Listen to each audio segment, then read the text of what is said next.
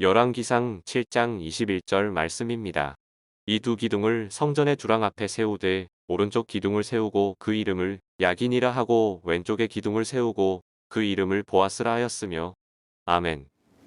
여러분 반갑습니다.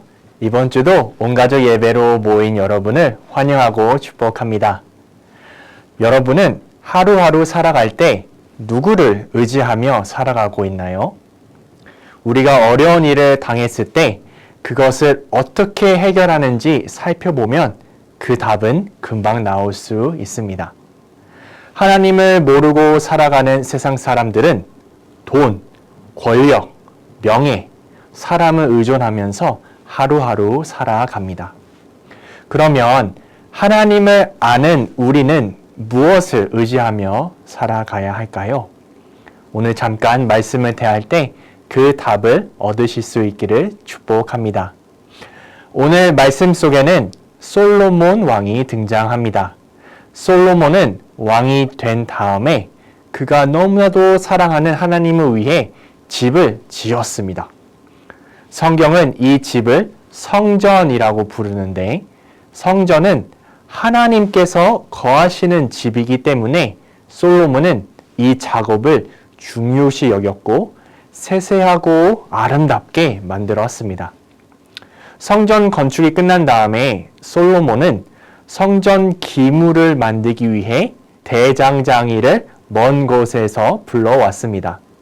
그의 이름은 히람이었고 그는 하나님께서 주신 지혜와 능력으로 탁월하게 놋으로 기물을 만들 수 있었습니다.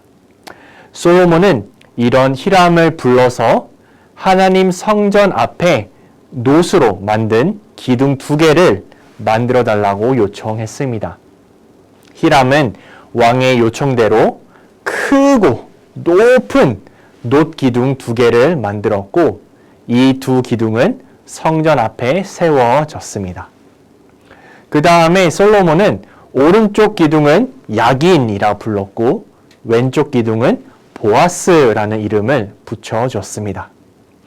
야긴이라는 단어는 그가 세울 것이다 라는 뜻이 담겨져 있고 보아스는 힘으로 라는 의미를 담고 있습니다.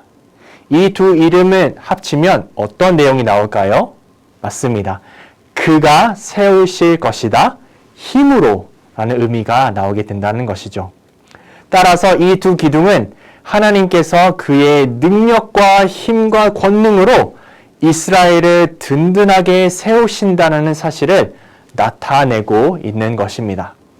솔로몬은 왜 성전 앞에 세워진 이 두 놋 기둥에게 이런 이름을 지어줬을까요?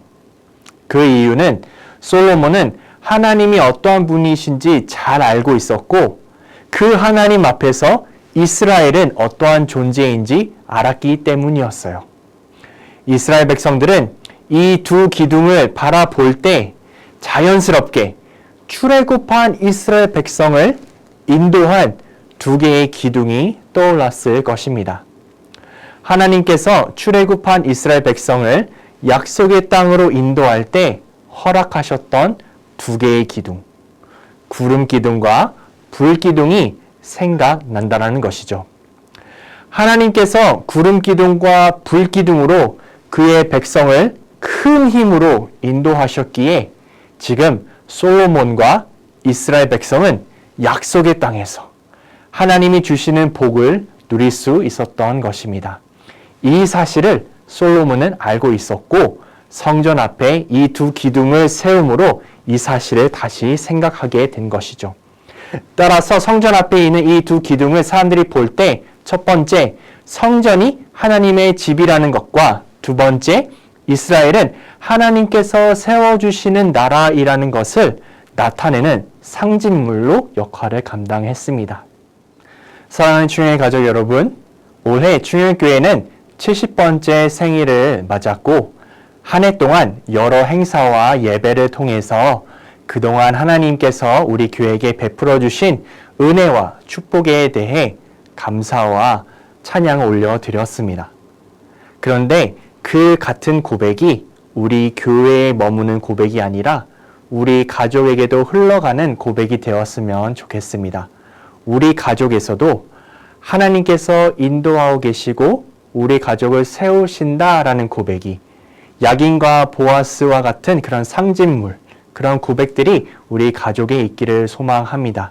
우리가 어려운 일을 당했을 때 세상의 것들을 의지하는 것이 아니라 그동안 우리에게 베풀어 주셨던 하나님의 은혜를 생각하면서 다시 한번 하나님을 의지하며 하나님의 인도하심을 기대하며 나아갈 수 있는 우리 모든 가족들 될 수 있기를 축복합니다.